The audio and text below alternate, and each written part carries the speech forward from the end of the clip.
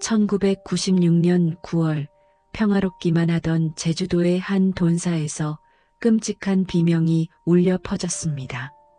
사건의 발단은 농장 구석에 방치되어 있던 거대한 기계, 사료 배합기였습니다.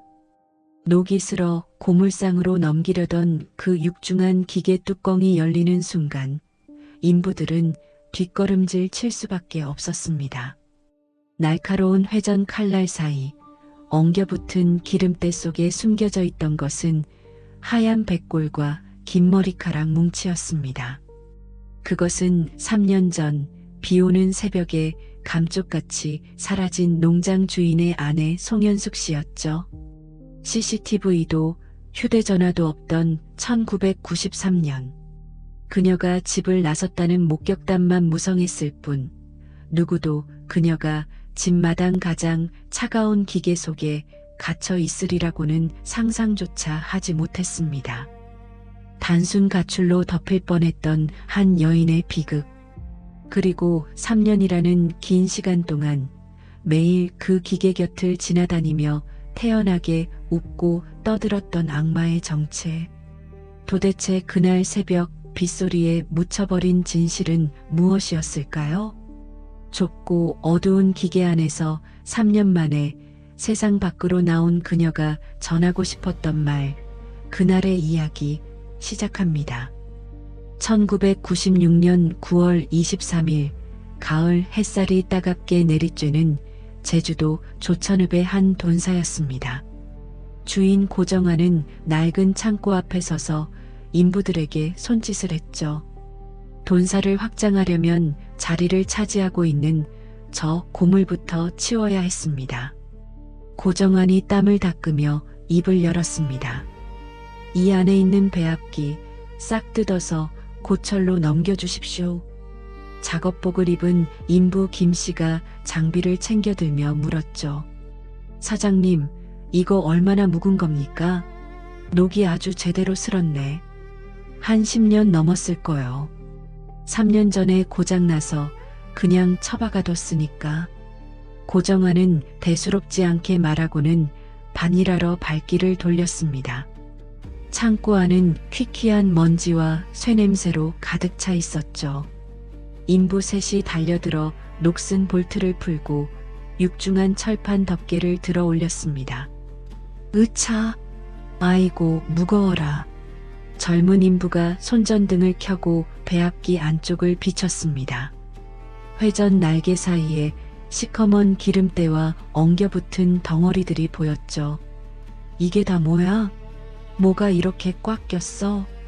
젊은 인부가 목장갑을 낀 손을 뻗어 칼날 사이에 낀 하얀 조각을 잡아당겼습니다. 투둑 소리와 함께 무언가 떨어져 나왔죠. 그것을 확인한 젊은 인부의 눈이 동그랗게 커졌습니다. 으악. 젊은 인부가 비명을 지르며 엉덩방아를 찧었습니다.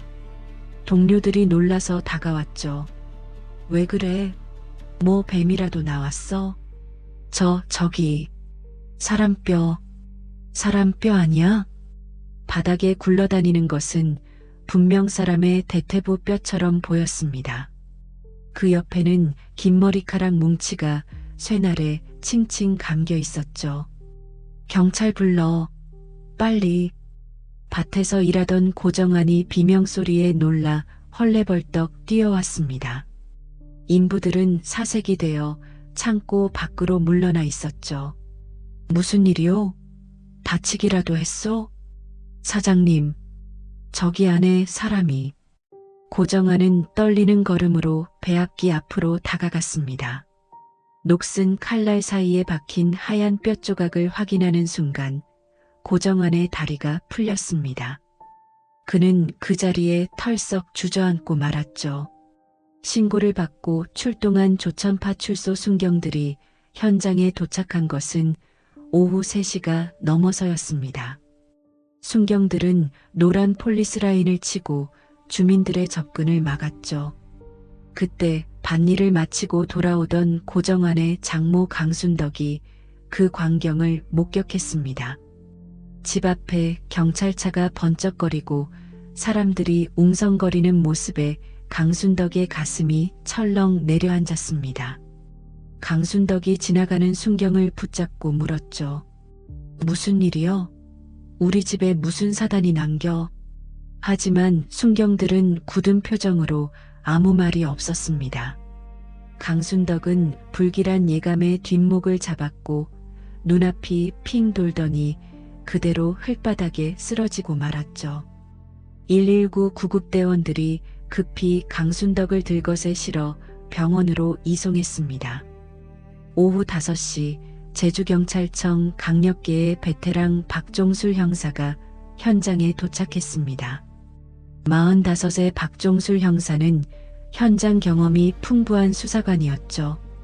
그는 장갑을 끼고 창고 안으로 들어섰습니다. 손전등 불빛이 배합기 안쪽을 훑었습니다. 참혹한 광경이었죠. 여러 조각난 뼈들과 엉겨붙은 머리카락, 그리고 낡은 천 조각들이 보였습니다. 박종술 형사의 눈빛이 날카롭게 빛났습니다. 이건 칼날 틈새에 끼어있는 작은 금반지 하나가 박종술 형사의 눈에 들어왔습니다. 박종술 형사가 뒤에 서 있던 김순경에게 지시했죠. 이거 하나도 빠짐없이 싹 다 수거해. 국과수로 보내야 하니까 조심해서 담아. 네, 알겠습니다. 박종술 형사는 창고를 나와 마당 평상에 멍하니 앉아있는 고정환에게 다가갔습니다. 고정환은 고개를 푹 숙인 채 바들바들 떨고 있었죠. 박종술 형사가 낮은 목소리로 물었습니다. 고정환 씨, 이 기계 언제 고장났다고 했습니까? 고정환은 고개를 들지 못한 채 기어 들어가는 목소리로 대답했습니다. 3년 전, 93년 7월쯤입니다. 7월 며칠인지 정확히 기억합니까? 중순쯤인데 날짜까진 모르겠습니다. 박종술 형사는 수첩을 꺼내 적으며 고정환의 얼굴을 유심히 살폈습니다. 고장나고 왜 바로 수리 안 했습니까? 워낙 낡은 기계라 고치는 돈이나 새 거 사는 돈이나 비슷합디다. 그래서 새 걸 드리고 저건 나중에 치우려고 했는데 먹고 살기 바빠서 잊고 있었습니다. 박종술 형사는 고개를 끄덕이고는 경찰서로 복귀했습니다. 서로 돌아온 박종술 형사는 먼지 쌓인 미제 사건 캐비닛을 뒤지기 시작했죠. 1993년 7월의 기록들을 하나씩 넘기던 박종술 형사의 손이 딱 멈췄습니다. 1993년 7월 15일 실종 신고. 신고자 고정환. 실종자 송현숙. 실종 당시 송현숙의 나이는 32살, 바로 고정환의 아내였습니다. 박종술 형사는 서류를 집어들고 담당 형사의 이름을 확인했습니다. 순간 박종술 형사의 미간이 찌푸려졌죠. 담당 형사란에 적힌 이름은 바로 박종술, 자기 자신이었습니다. 박종술 형사는 책상 서랍 깊숙한 곳에서 3년 전 자신이 직접 썼던 종결 보고서를 꺼냈습니다. 그는 떨리는 손으로 보고서를 읽어내려갔죠. 피해자는 친정어머니 제사를 지내러 여수로 간다며 새벽에 집을 나섬. 이후 탑승 기록 없음. 가출 또는 이동 중 단순 사고사로 추정. 내사 종결. 박종술 형사는 보고서를 책상에 내려놓고 깊은 한숨을 내쉬었습니다. 3년 전 자신이 단순 가출로 판단해 덮어버린 사건이 비극이 되어 돌아온 것이었죠. 이틀 뒤인 9월 25일 국립과학수사연구소에서 감정 결과가 도착했습니다. 박종술 형사는 긴장된 표정으로 봉투를 뜯었습니다. 치아 대조 결과 1993년 실종된 송현숙의 치과 진료 기록과 일치함.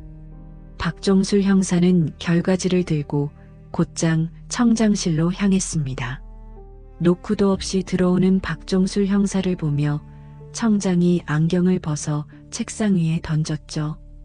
청장님, 돈사배합기 사건 단순 변사가 아닙니다. 재수사해야 합니다. 청장은 박종술 형사가 내민 서류를 흘깃보더니 미간을 잔뜩 찌푸리며 혀를 찼습니다. 아니, 박 반장. 3년이나 지난 일이잖아.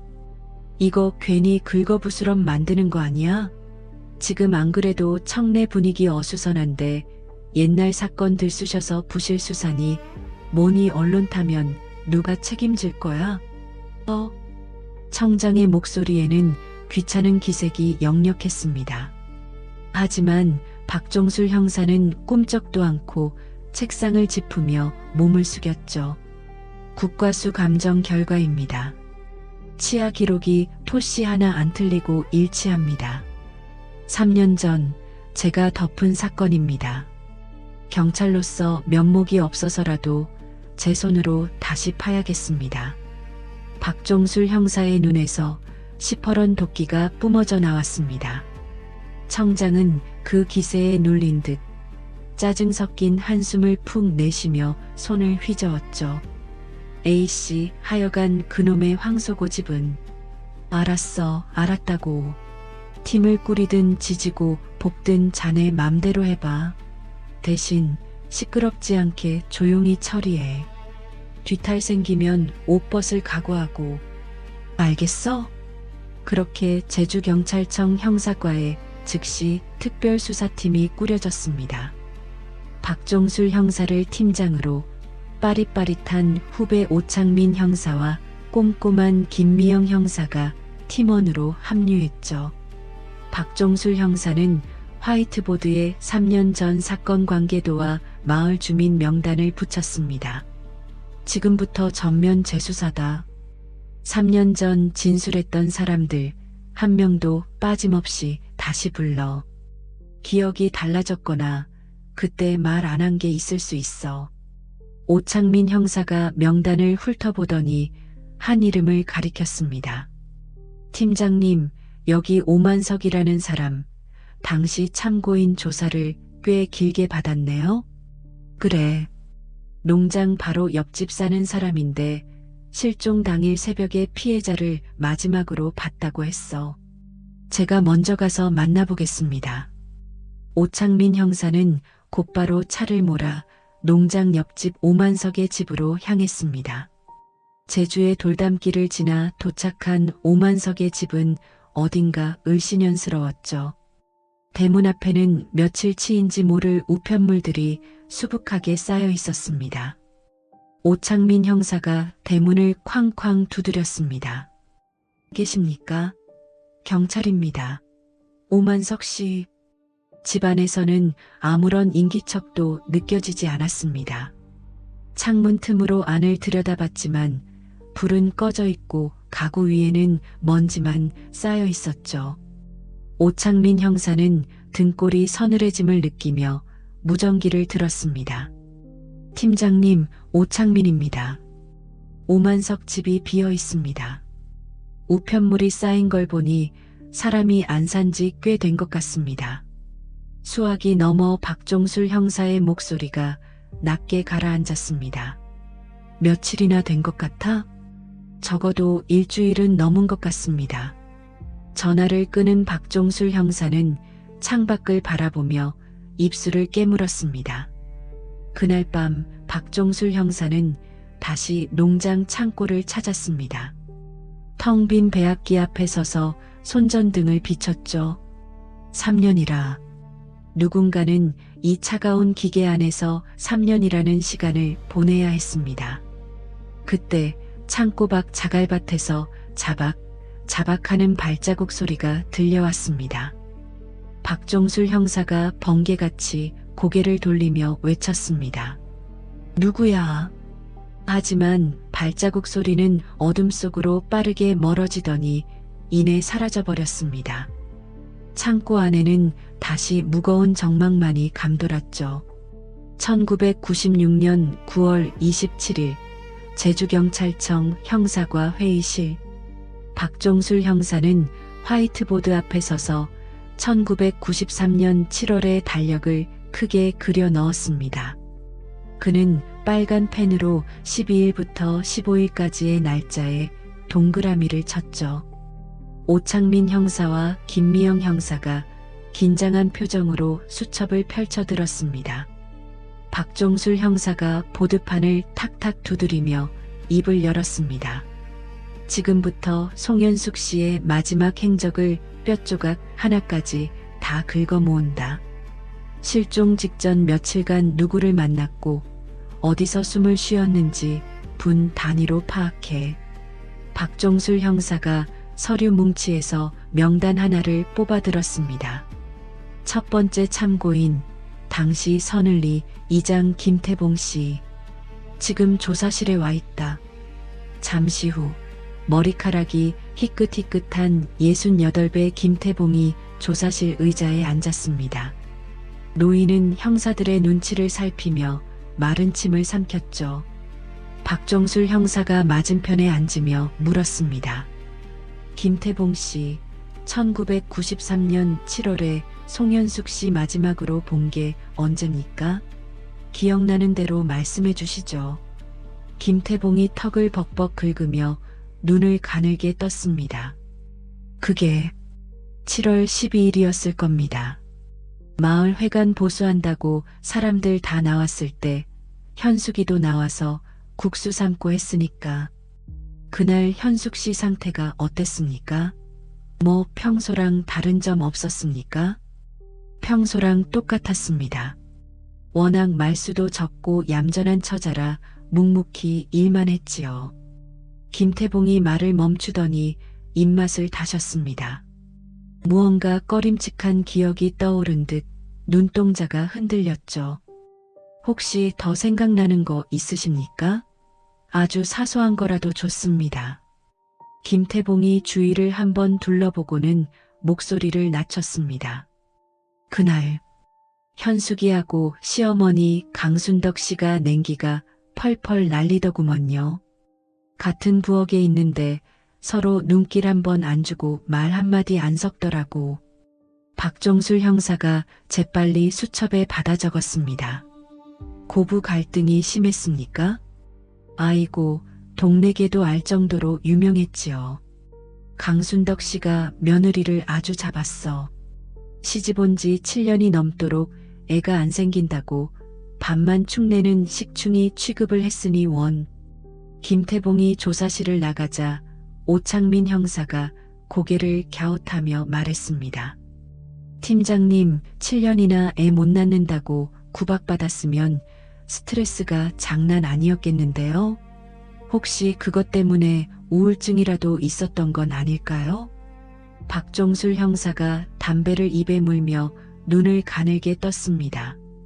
단순한 구박이 아니었을 수도 있어. 아까 김 이장 말로는 시어머니가 며느리를 식충이 취급했다며. 보통 그 정도면 말로만 안 끝나. 손찌검이 오갔을 수도 있다는 얘기야. 아, 가정폭력이요? 그래. 멍이 들거나 다쳤으면 병원을 갔겠지. 그리고 7년 불임이면 본인도 답답해서라도 병원 문턱이 닳도록 다녔을 거다. 박종술 형사가 연기를 훅 내뿜으며 지시했습니다. 오 형사, 지금 당장 나가서 제주시내 산부인과랑 정형외과 싹 다 뒤져. 폭행 흔적이든 치료 기록이든 뭐라도 건져와. 그래야 그 집구석 사정이 명확해지니까. 알겠습니다.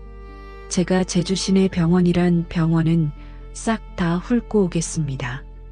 오창민 형사는 그 길로 차 열쇠를 챙겨 밖으로 뛰쳐나갔습니다. 오후 6시가 넘어서야 오창민 형사가 경찰서 문을 벌컥 열고 들어왔습니다. 셔츠는 땀으로 흥건히 젖어 있었고 얼굴은 벌겋게 익어 있었죠. 그는 숨을 헐떡이며 손에 든 서류 봉투를 박종술 형사 책상 위에 탁 내려놓았습니다. 팀장님, 찾았습니다. 오창민 형사가 정수기 물을 벌컥벌컥 들이키며 말을 이었습니다. 제주 시내 병원들은 10군데 넘게 돌았습니다. 간호사들한테 사정사정해서 창고에 박힌 옛날 차트 뒤지는데 먼지 구덩이에서 죽는 줄 알았습니다. 박종술 형사가 봉투를 열어 복사된 진료 차트 한 장을 꺼냈습니다. 종이 냄새가 확 풍기는 낡은 차트 사본이었죠. 한라 여성 의원이라고 구제주 쪽에 있는 작은 의원입니다. 거기 구석탱이 차트실에서 이거 딱 한 장 건졌습니다. 박종술 형사가 차트를 읽어 내려가다 눈을 크게 떴습니다. 1993년 6월 28일 환자명 송현숙 임신 8주 진단. 임신 8주? 박종술 형사의 목소리가 떨렸습니다. 네, 의사한테 직접 확인했습니다. 당시 기억은 안 난다는데 차트는 거짓말 안 하지 않습니까? 실종됐을 때 뱃속에 애가 있었던 겁니다. 박종술 형사는 즉시 남편 고정환을 재소환했습니다. 조사실에 앉은 고정환은 며칠 새 10년은 늙은 듯 수척해진 얼굴이었죠. 박종술 형사가 차트 사본을 책상 위에 던지듯 내려놓으며 물었습니다. 고정환 씨, 아내분이 임신 중이었던 거 알고 있었습니까? 고정환의 퀭한 눈동자가 흔들렸습니다. 뭐라고요?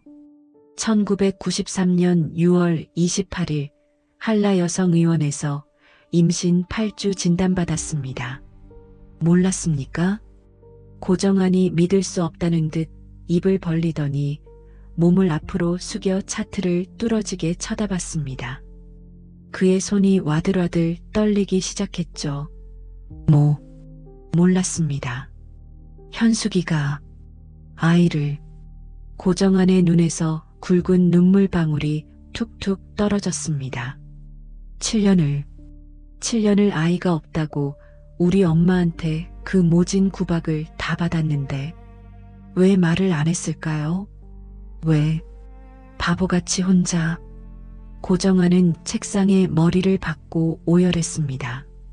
박종술 형사는 우는 고정환을 싸늘하게 내려다보다가 조사실을 나왔죠. 그날 밤 김미영 형사는 송현숙의 단짝 친구였던 김순희의 집을 찾았습니다.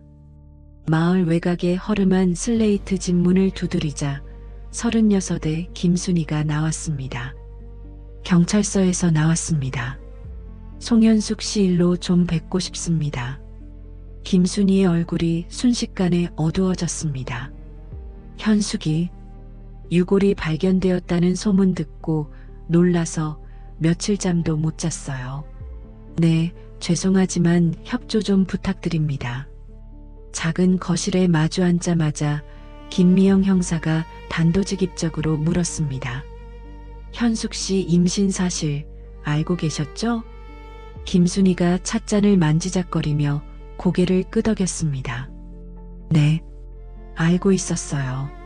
남편도 몰랐다던데 왜 친구분한테만 얘기하고 숨긴 겁니까? 김순희의 눈시울이 붉어졌습니다. 그 전에 유산을 2번이나 했거든요. 현숙이가 그랬어요. 이번엔 꼭 지키고 싶다고. 딱 석 달 넘기면 그때 남편한테 말할 거라고. 또 실망시키기 싫다고. 김순희가 자리에서 일어나 장롱 깊숙한 곳에서 작은 보자기를 꺼내왔습니다. 떨리는 손으로 매듭을 풀자 샛노란 베넷 저고리 한 벌이 나왔죠.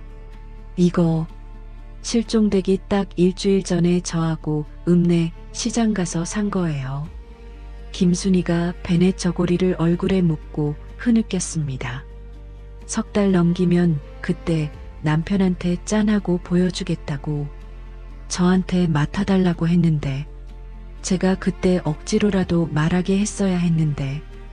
김미영 형사가 김순희의 등을 토닥여주며 조심스럽게 물었습니다.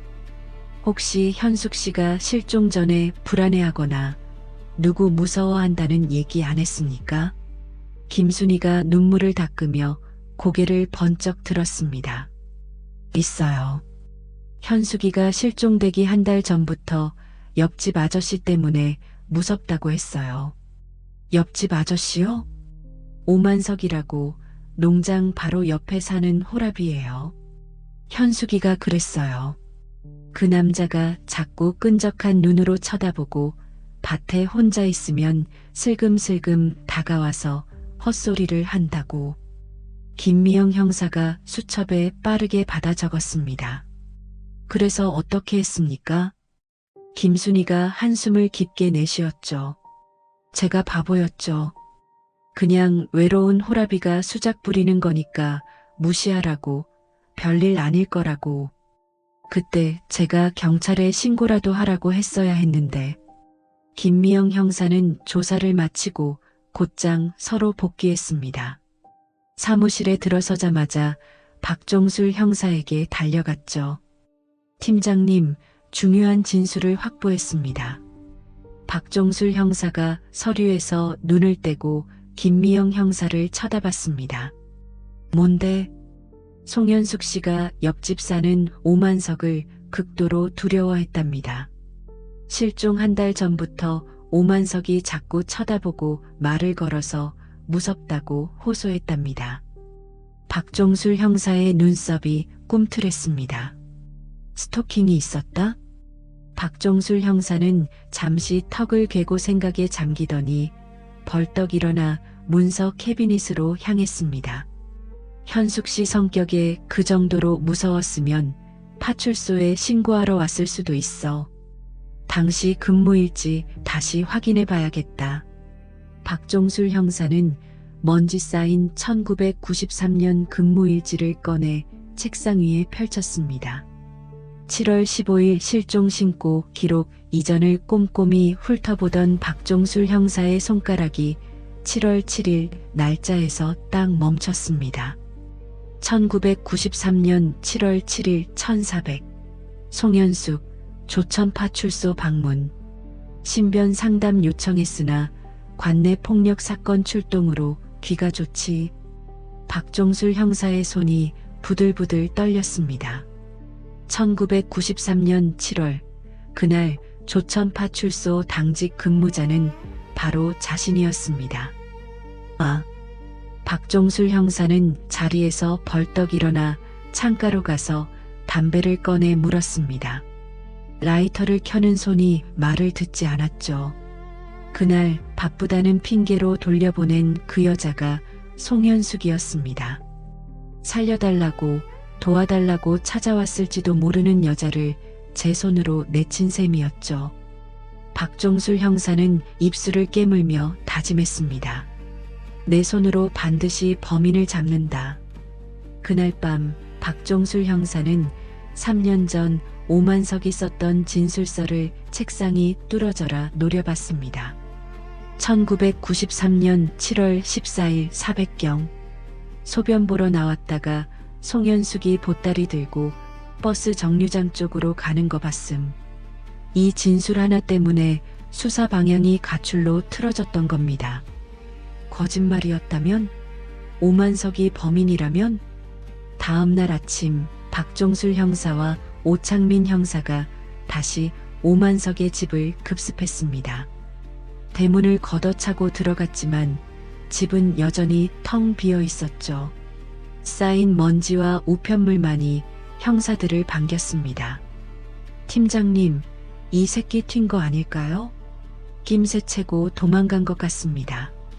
박종술 형사가 마당을 둘러보며 고개를 저었습니다. 아직 단정하긴 일러. 주변 더 탐문해. 서로 복귀한 수사팀은 용의자들의 과거를 탈탈 털기 시작했습니다. 오창민 형사가 컴퓨터 모니터를 보다가 소리쳤습니다. 팀장님, 고정한 이 사람 깨끗한 줄 알았더니 정과가 있습니다. 화면에 뜬 고정안의 군복무 기록을 가리켰죠. 1982년 내무반에서 술 먹고 동료 병사 폭행해서 영창 15일 만취 상태였다고 합니다.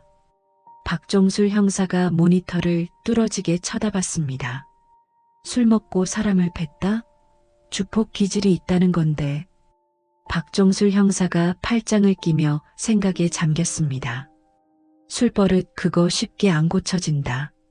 만약 술 먹고 손 찍어마는 버릇이 여전하다면 가정폭력 가능성도 배제할 수 없어. 고정환이 완전히 용의선상에서 벗어난 건 아니다. 계속 주시해. 그때 마을 주민 홍 씨가 제 발로 경찰서를 찾아왔습니다. 쭈뼛거리며 강력계 사무실로 들어온 홍 씨가 박종술 형사를 찾았죠. 형사님, 제가 뭐 좀 드릴 말씀이 있어서 왔는데요.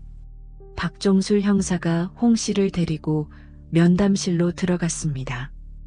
홍 씨가 주위를 살피더니 목소리를 깔았습니다. 고정환이 그 사람 술 들어가면 눈 돌아갑니다. 동네 사람들은 다 알아요. 직접 본 적 있습니까? 한 번은 현숙이가 눈탱이가 밤탱이가 돼서 밭에 나온 적이 있다니까요. 퍼렇게 멍이 들어가지고 고개도 못 들고 일하더라고. 박종술 형사가 눈을 번뜩이며 받아 적었습니다. 그리고 김미영 형사는 즉시 이 사실을 확인하러 다시 김순희를 찾아갔죠. 하지만 김순희는 펄쩍 뛰며 부인했습니다. 아니에요. 현숙이 남편은 무뚝뚝하긴 해도 손찌검은 절대 안 한다고 했어요. 현숙이한테 들은 이야기예요. 그럼 눈에 멍든 건 뭡니까? 주민이 봤다는데요? 그건 돼지우리 문 고치다가 문짝이 떨어져서 부딪힌 거라고 현숙이가 직접 그랬어요. 진짜예요. 진술이 엇갈렸습니다. 누군가는 거짓말을 하고 있거나 잘못 알고 있는 것이었죠. 수사팀은 마지막으로 강순덕과 고정환의 알리바이를 검증했습니다. 오창민 형사가 칠판에 시간대를 적으며 보고했습니다. 강순덕 7월 14일 저녁 7시부터 밤 10시까지 마을 상조회 모임 참석자 11명 전원 확인됐습니다. 알리바이 확실합니다. 고정환은 새벽 3시 반에 집 나와서 마을 입구에서 축산조합 트럭 탔습니다. 오전 4시부터 8시까지 도축장 운송 작업했고 같이 일한 직원 2명이 확인해줬습니다. 비는 시간이 없습니다. 박종술 형사가 머리를 감싸쥐었습니다. 시어머니도 남편도 알리바이가 완벽하다? 수사는 다시 원점으로 돌아간 느낌이었죠. 답답한 침묵만이 사무실을 채웠습니다. 그날 밤 9시 모두가 지쳐 퇴근 준비를 하던 그때 사무실 전화벨이 요란하게 울렸습니다. 박종술 형사가 수화기를 들었죠. 예, 강력계 박종술입니다. 형사님, 저 서늘리 사는 사람인데요. 아까 낮에 형사님들이 찾던 그 집 있잖아요. 오만석이 집. 박종술 형사의 눈이 커졌습니다. 예, 무슨 일입니까? 지금 지나가다 보니까 그 집 안방에 불이 켜졌는데요. 사람 있는 것 같습니다. 박종술 형사가 자리를 박차고 일어났습니다. 그는 재킷을 낚아채며 팀원들에게 소리쳤죠. 전원 출동. 오만석이 집에 나타났다. 지금 당장 가자. 박종술 형사의 외침과 함께 형사들이 우르르 사무실을 뛰쳐나갔습니다. 7. 흙 같은 어둠 속 경찰차의 사이렌 소리가 제주의 밤하늘을 갈랐습니다. 칠흑 같은 어둠을 뚫고 달려온 형사들이 오만석의 집을 포위한 건 밤 10시가 다 되어서였습니다. 하지만 야속하게도 집안의 불은 이미 꺼져 있었고 대문은 굳게 닫혀 있었죠. 오창민 형사가 담벼락을 넘보며 속삭였습니다. 팀장님, 인기척이 없습니다. 자는 건지 없는 척하는 건지. 박종술 형사가 닫힌 대문을 노려보며 낮게 으르렁거렸습니다. 억지로 문 따고 들어갔다간 나중에 증거 능력 문제 생길 수 있어. 우편물 치워진 거 보니 안에 있는 건 확실해. 쥐구멍 하나 없이 막고 잠복 들어간다. 날 밝으면 기어 나오겠지. 형사들은 숨을 죽인 채 뜬 눈으로 밤을 지새웠습니다. 다음 날 오전 9시 밤새 오만석의 집 앞을 지키던 형사들의 눈앞에서 드디어 대문이 열렸습니다. 마당으로 나온 58배 오만석은 기지개를 켜더니 태연하게 텃밭으로 향했죠. 박종술 형사가 오창민 형사에게 눈짓하자 두 형사가 대문을 밀고 들어갔습니다. 오만석 씨 계십니까? 박종술 형사의 굵은 목소리에 오만석이 깜짝 놀라 호미를 떨어뜨렸습니다. 그는 낯선 사내들을 위아래로 훑어보더니 눈을 가늘게 떴습니다. 누구요? 남의 집에 함부로. 경찰입니다. 제주청에서 나왔습니다. 박종술 형사가 신분증을 내밀자 오만석의 표정이 묘하게 일그러졌습니다. 하지만 이내 사람 좋은 웃음을 지어 보였죠. 아이고, 경찰관님들이시구나. 근데 아침 대바람부터 무슨 일로? 며칠 집을 비우셨더군요. 어디 다녀오셨습니까? 아, 서귀포 조카 결혼식 좀 다녀왔습니다. 그게 무슨 죄라도 됩니까? 조카분 말로는 결혼식 당일만 보고 바로 올라가셨다는데요. 나머지 3일은 어디 계셨습니까? 오만석의 눈동자가 흔들렸습니다. 아, 그게 친구네 집에서도 좀 자고 찜질방도 가고 그래서 조카는 모릅니다. 박종술 형사는 더 추궁하는 대신 화제를 돌렸습니다. 안주머니에서 꼬깃꼬깃한 지도를 꺼내 펼쳤죠. 3년 전 일 좀 다시 봅시다.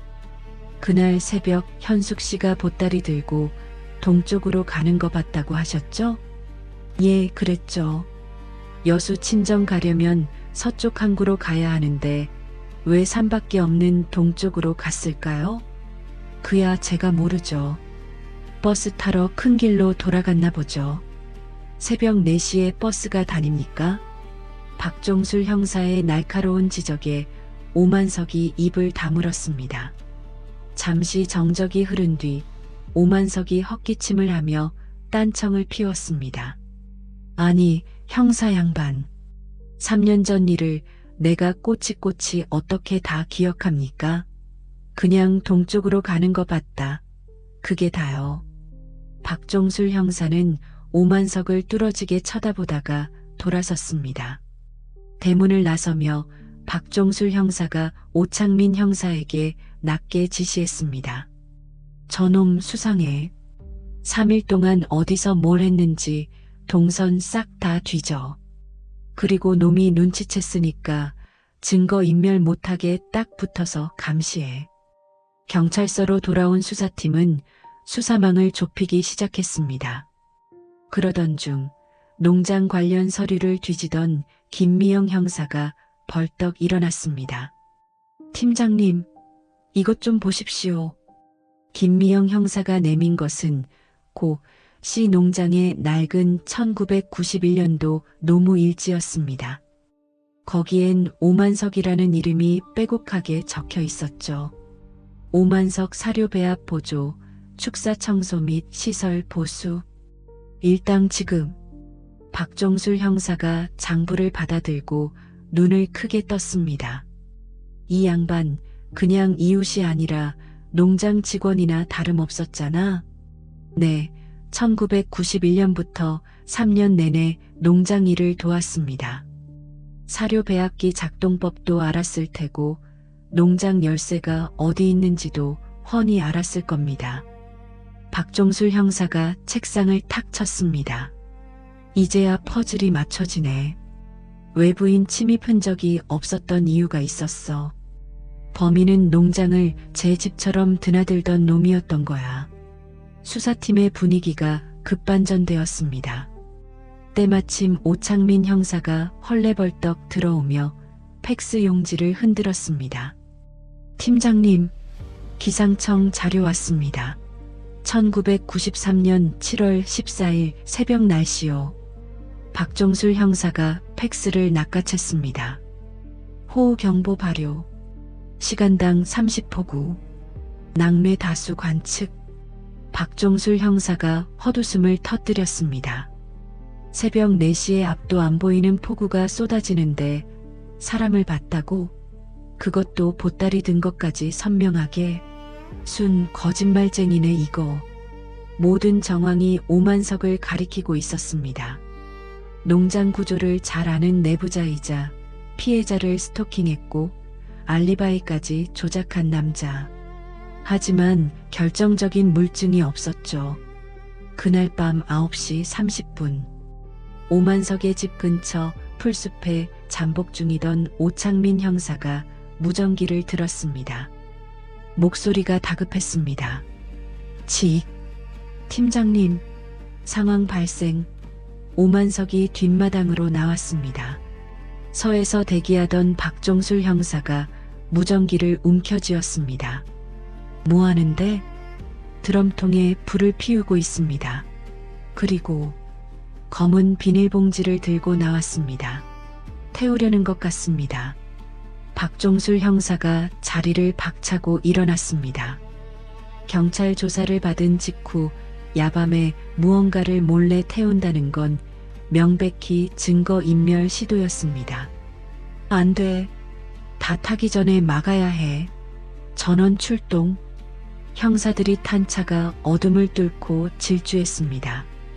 현장에 도착한 박종술 형사는 담벼락 너머로 솟아오르는 불길을 확인했습니다. 오창민, 진입해. 불 꺼. 박종술 형사의 고함과 함께 형사들이 담을 넘어 들이닥쳤습니다. 오만석이 소스라치게 놀라며 뒷걸음질 쳤죠. 당신들 뭐야? 남의 집에서 뭐하는 짓이야? 비켜. 오창민 형사가 오만석을 밀치고 드럼통을 발로 걷어찼습니다. 우당탕 소리와 함께 드럼통이 쓰러지며 불타는 내용물들이 바닥으로 쏟아졌습니다. 형사들이 급히 흙을 덮어 불을 껐죠. 매캐한 연기 속에서 박종술 형사가 손전등을 비췄습니다. 타다 만 종이 뭉치와 낡은 여성용 한복 저고리가 보였습니다. 그리고 그 사이로 불길에 그을린 작은 손지갑 하나가 눈에 들어왔습니다. 박종술 형사가 장갑 낀 손으로 지갑을 집어들었습니다. 지갑 안쪽 열기에 녹아 눌어붙은 신분증이 반쯤 보였습니다. 검게 그을렸지만 이름 세 글자는 선명했죠. 주민등록증, 송현숙. 박종술 형사가 천천히 고개를 들어 오만석을 노려봤습니다. 오만석 씨, 3년 전 실종된 송현숙 씨 지갑이 왜 당신 집 드럼통에서 나옵니까?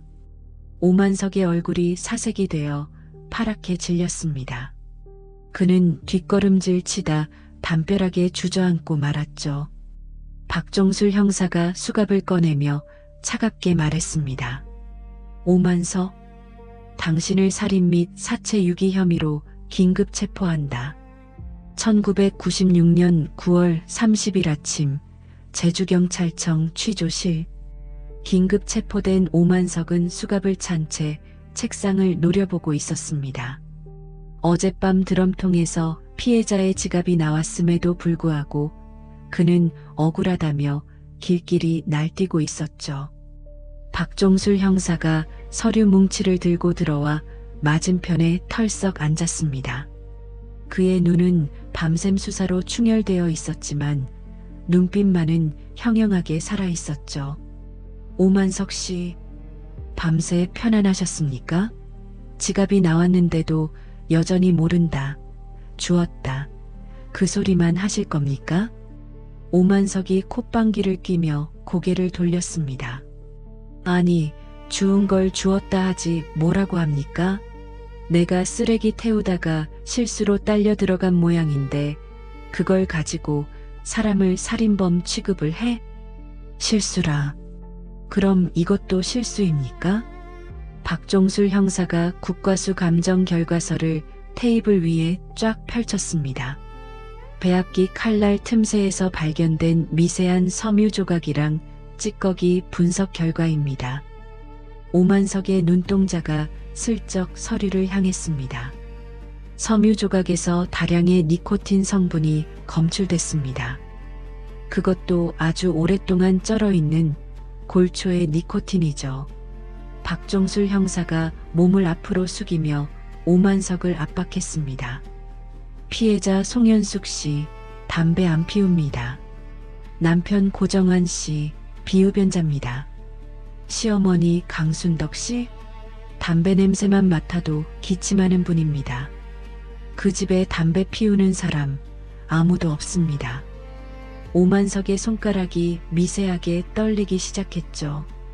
오만석 씨, 담배 피우시죠? 무슨 담배 피우십니까? 오만석이 마른 침을 꿀꺽 삼켰습니다. 그야 한라산 피웁니다만 그게 뭐 죄라도 됩니까? 30년 넘게 피우셨죠? 배합기 안에서 나온 니코틴 반응이 당신이 피우는 담배 성분하고 딱 맞아떨어집니다. 당신이 그 기계 안을 만졌다는 증거입니다. 아니, 예전에 농장 일 도울 때, 그때 담배 피우면서 일하다가 제가 들어갔나 보지. 그게 무슨 살인 증거야. 오만석이 악을 쓰며 발버둥 쳤습니다. 그때 취조실 문이 열리고 김미영 형사가 들어왔습니다. 그녀의 손에는 투명한 증거물 봉투가 들려 있었죠. 팀장님, 오만석 자택 압수수색 결과입니다. 안방 장롱 깊숙한 곳, 양말 서랍 안쪽에서 작은 상자 하나 발견했습니다. 김미영 형사가 봉투를 테이블 위에 올려놓았습니다. 그 안에는 낡은 여성용 참빗 하나와 하얀 손수건이 들어 있었습니다. 손수건 귀퉁이에는 SONG라는 영문 이니셜이 정갈하게 수놓아져 있었죠. 이거 송현숙 씨 물건 맞죠? 남자가, 그것도 이웃집 아저씨가 왜 젊은 여자의 빗이랑 손수건을 속옷 서랍에 숨겨두고 있었을까요? 오만석의 얼굴이 불그락푸르락해졌습니다. 그는 입을 꾹 다문 채 아무 말도 하지 못했죠. 곧이어 오창민 형사가 들어와 박종술 형사에게 귓속말을 하고 종이 한 장을 건넸습니다. 어젯밤 드럼통에서 타다 남은 종이 조각들을 밤새 맞춘 복원 결과물이었습니다. 박종술 형사가 종이를 읽더니 싸늘한 미소를 지으며 오만석에게 들이밀었습니다. 오만석 씨, 당신 참 꼼꼼하네. 일기까지 쓰고. 오만석의 눈이 흔들렸습니다. 복원된 일기장 조각에는 1993년 7월의 날짜와 함께 듬성듬성 글씨가 남아 있었습니다. 그 여자가 아이를 가졌다. 이제 영영 안 된다. 남편한테 말한다고 했다. 이게 무슨 뜻입니까? 아이를 가졌다.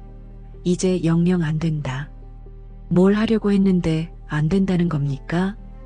오만석이 고개를 푹 숙였습니다. 한참 동안 무거운 침묵이 취조실을 짓눌렀죠. 그러다 오만석이 갑자기 고개를 번쩍 들었습니다. 그의 눈에는 도끼가 서려 있었죠. 좋습니다. 다 말하겠습니다. 그래요. 제가 현숙이를 좋아했습니다. 혼자 짝사랑했습니다. 그게 죄인가요? 그래서 죽였습니까? 아닙니다. 제가 안 죽였습니다. 저는 그냥 목격자일 뿐입니다. 또 목격자 타령입니까?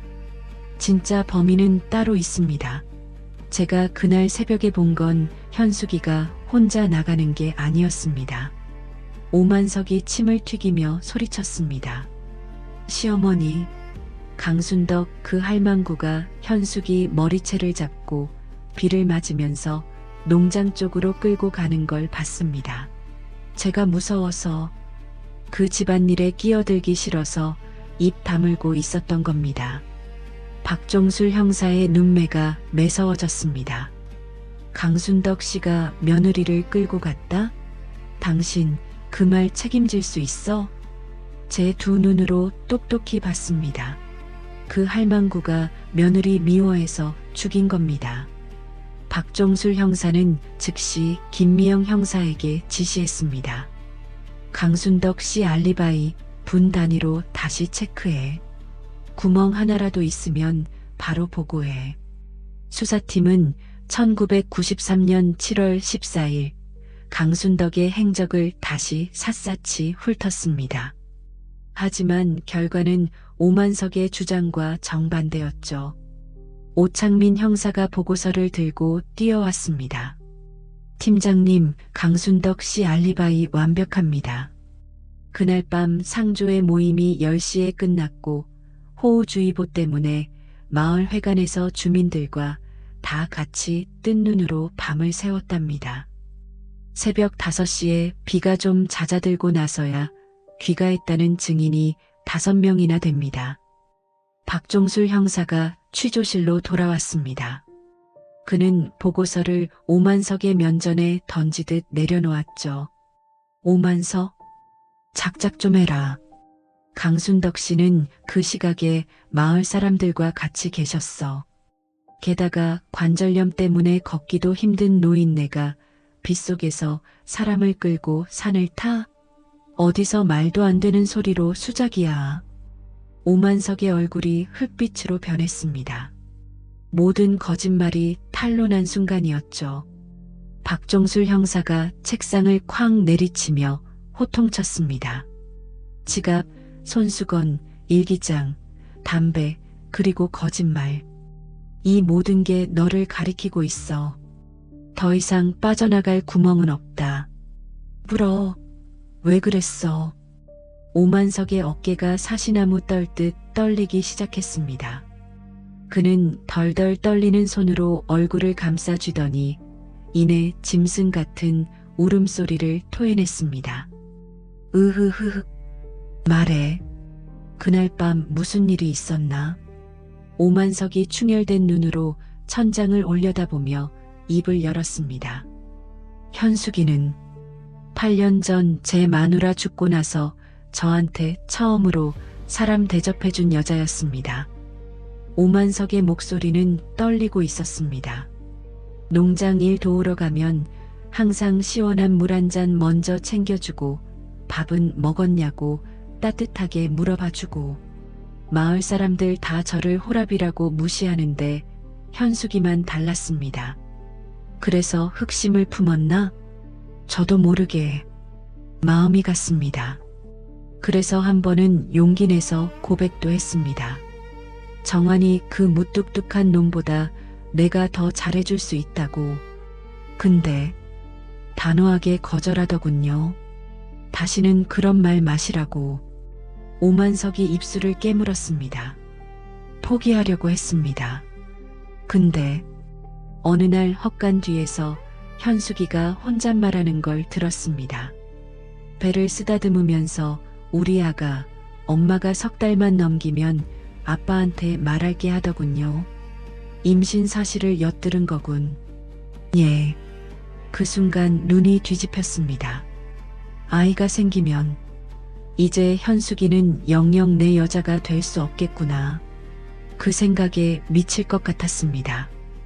오만석이 긴 한숨을 내쉬며 그날의 기억을 떠올렸습니다. 93년 7월 14일 새벽. 비가 억수같이 쏟아지는데 잠이 안 왔습니다. 창밖을 보는데 정환이가 일하러 나가더군요. 그리고 30분쯤 지났나? 현숙이가 보따리를 들고 나오는 게 보였습니다. 그래서 무작정 우산을 들고 뛰쳐나갔습니다. 비도 오는데 차나 한잔하고 가라고 붙잡았죠.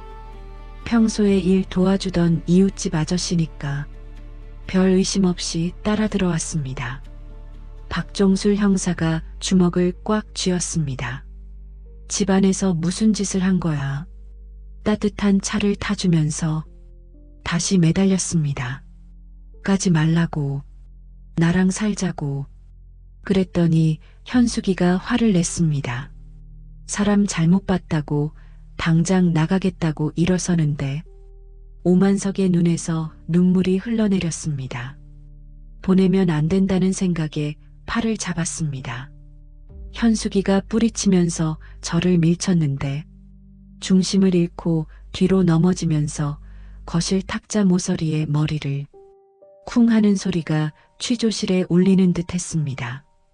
피가 흥건하게 흘러나오는데 흔들어도 깨어나질 않았습니다. 겁이 덜컥 났습니다. 밖에선 천둥이 치고 비는 쏟아지고 그래서 농장으로 데려갔나? 예. 업고 축사로 갔습니다. 아무도 모르게 숨겨야 한다는 생각뿐이었습니다. 배합기, 그게 생각났습니다. 제가 고치는 법을 아니까 뚜껑 열어서 넣고 아무도 못 열게 모터 전선을 끊어버렸습니다. 박종술 형사가 눈을 감고 깊은 탄식을 내뱉었습니다.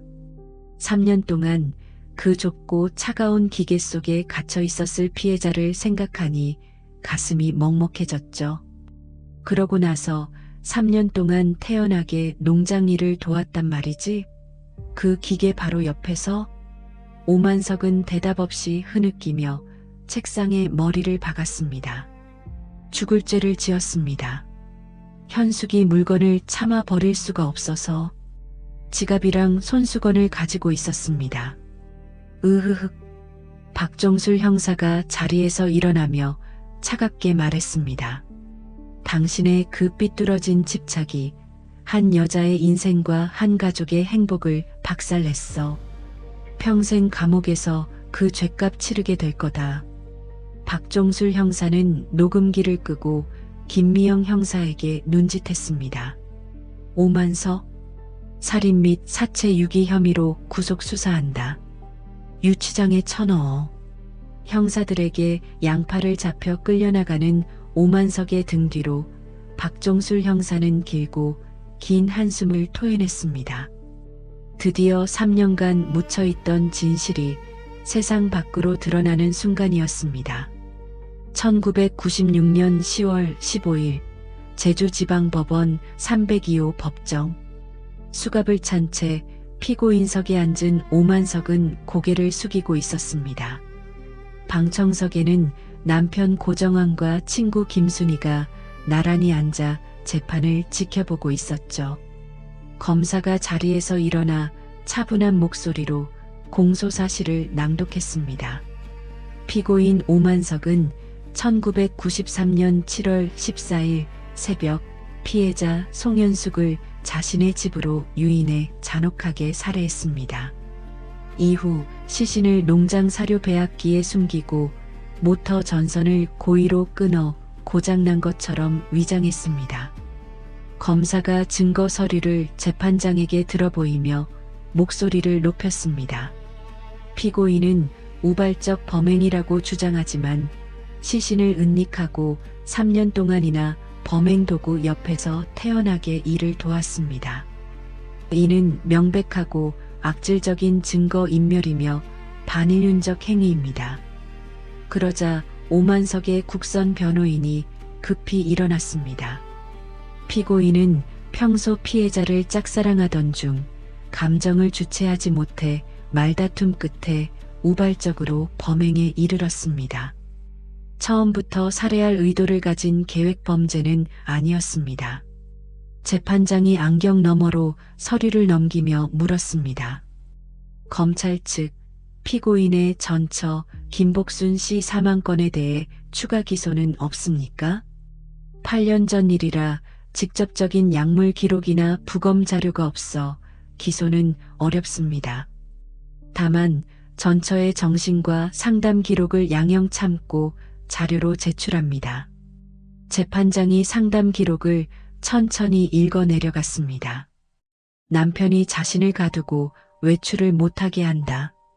언젠가 그가 나를 해칠 것 같다. 재판장이 서류를 덮고 오만석을 싸늘하게 내려다보았습니다. 피고인의 집착적이고 폭력적인 성향이 전처 사망 사건에서도 이번 사건에서도 똑같이 드러났다고 판단됩니다. 이듬해인 1997년 2월 선고 공판이 열렸습니다. 주문: 피고인 오만석을 징역 15년에 처한다. 오만석은 어깨를 축 늘어뜨린 채 아무 말도 하지 않았습니다. 검찰과 피고인 측 모두 항소하지 않아 형은 그대로 확정되었죠. 재판이 끝나고 법정을 나서는 고정환을 검사가 불러 세웠습니다. 고정환 씨, 잠시만요. 드릴 말씀이 있습니다. 고정환이 멍한 눈으로 검사를 바라보았습니다. 사건 기록에 공식적으로 남았습니다만 아내분이 실종 당시 임신 8주였습니다. 고정환의 얼굴이 딱딱하게 굳어버렸습니다. 아이가 있었습니까? 제 아이가? 예. 과거 유산 경험 때문에 안정기가 될 때까지 석 달을 넘겨서 말씀하시려고 숨겼던 것으로 보입니다. 고정환은 아무 말 없이 고개를 숙이고 법원을 빠져나왔습니다. 복도 끝 창문 앞에 멈춰선 그는 벽에 이마를 기대고 소리 없이 어깨를 들썩였죠. 그 후로 고정환은 농장 일을 전폐했습니다. 돼지밥 주는 것도 잊은 채 매일 술병만 비우며 폐인처럼 지냈죠. 일주일 뒤 강순덕이 병원에서 퇴원해 집으로 돌아왔습니다. 지팡이의 의지에 마당에 들어선 강순덕은 곧장 창고가 있던 자리로 향했죠. 창고는 증거 보전을 위해 모두 헐리고 빈터만 덩그러니 남아 있었습니다. 강순덕은 그 자리에 주저앉아 땅을 치며 통곡했습니다. 현수가, 이 애미가 죄인이다. 내가 널 잡아먹었구나. 강순덕의 쉰 목소리가 텅 빈 마당을 울렸습니다. 내가 그렇게 모질게만 안 굴었어도 네가 그 비오는 새벽에 도망치듯 나가진 않았을 텐데. 그랬으면 그 미친놈이랑 안 마주쳤을 텐데. 경찰서에서 유고를 수습해가라는 연락이 왔습니다. 배합기 안에서 나온 자잘한 뼈조각 몇 개가 전부였죠. 강순덕은 남은 유골과 머리카락 한 줌을 모아 농장 뒷산 양지 바른 곳에 작은 봉분을 만들었습니다.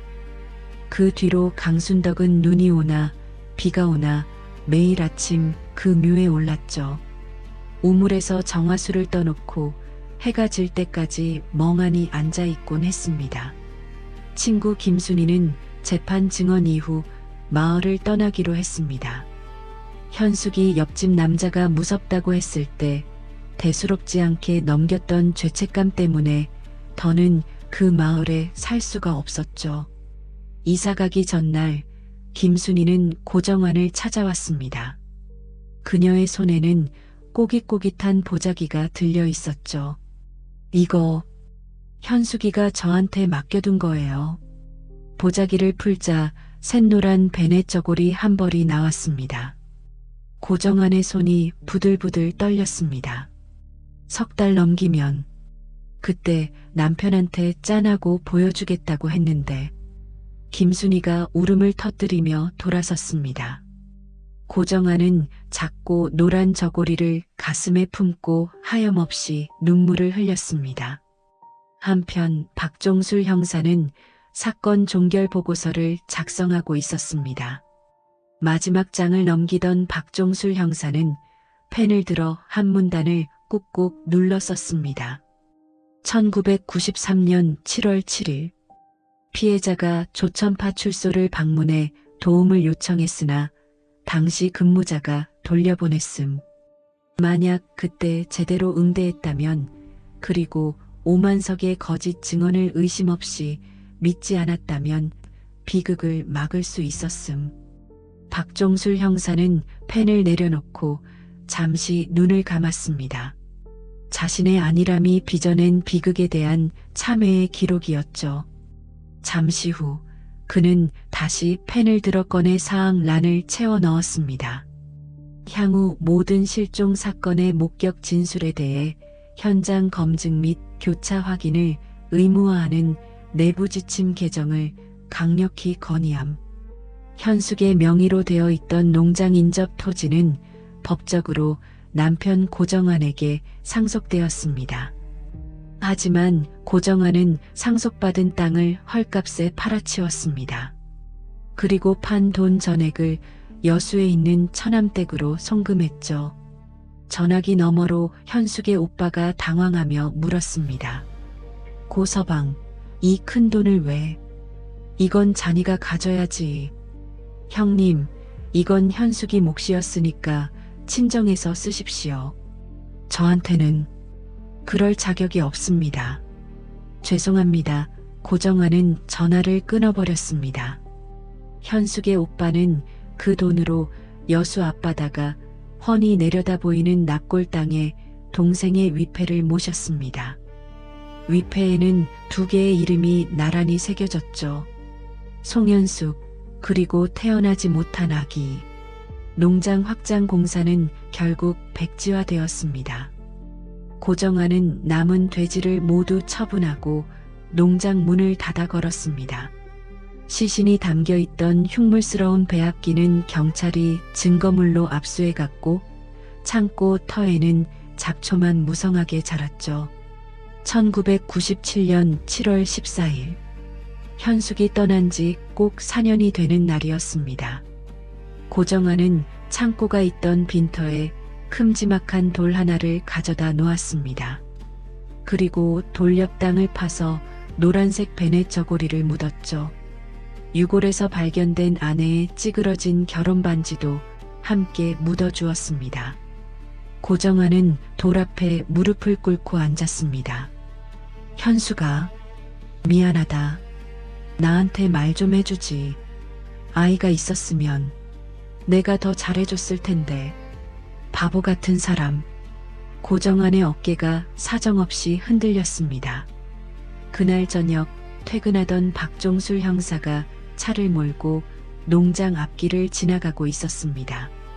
창문을 내리고 지나가는데 빈터 쪽에서 누군가의 흐느끼는 소리가 들려왔죠. 박종술 형사는 차를 갓길에 세웠습니다. 어둠이 내린 빈터, 작은 돌무더기 앞에서 고정환이 무릎을 꿇고 울고 있었습니다. 박종술 형사는 차에서 내려 천천히 다가갔습니다. 위로의 말도 변명의 말도 할 수 없었죠. 그저 말없이 고정환의 등 뒤에 서서 함께 고개를 숙였습니다. 제주의 밤바람이 두 남자의 옷깃을 스치고 지나갔습니다. 이듬해 주인 잃은 오만석의 빈집은 경매에 넘겨졌습니다. 외지인이 사들여 집을 헐어버렸고 그 자리엔 감귤 나무들이 심어졌죠. 1년이 지나자 그곳에 흉악한 범죄자가 살았다는 사실조차 아무도 기억하지 못하게 되었습니다. 제주경찰청 수사팀 막내 김미영 형사는 오래된 미제 사건 파일들을 정리하고 있었습니다. 누렇게 바랜 서류 더미 사이에서 증명사진 한 장이 팔랑거리며 떨어졌습니다. 주워서 보니 환하게 웃고 있는 32살 송현숙의 얼굴이었습니다. 김미영 형사는 사진 속 그녀의 맑은 눈동자를 한참 동안 들여다보았습니다. 편히 쉬세요. 김미영 형사는 나지막이 속삭이며 사진을 파일 맨 앞장에 조심스럽게 끼워 넣었습니다. 농장이 있던 서늘리 마을 어귀에는 지금도 칠이 벗겨진 낡은 버스 정류장이 남아 있습니다. 정류장 벤치에 앉으면 동쪽으로는 푸른 오름이, 서쪽으로는 아득한 바다가 보이죠. 1993년 7월 14일 천둥 번개가 요란하게 치던 그 새벽, 뱃속의 아이를 지키려 했던, 여수로 가려던 32살의 여자는 끝내 이 정류장에 도착하지 못했습니다. 오늘 이야기 끝까지 함께 해주셔서 감사합니다. 댓글로 잘 들었다고 한마디 남겨주신다면 큰 힘이 될 거예요. 여러분의 하루에도 고요한 빛과 평온한 순간들이 스며들길 바라고 구독과 좋아요 부탁드립니다. 감사합니다.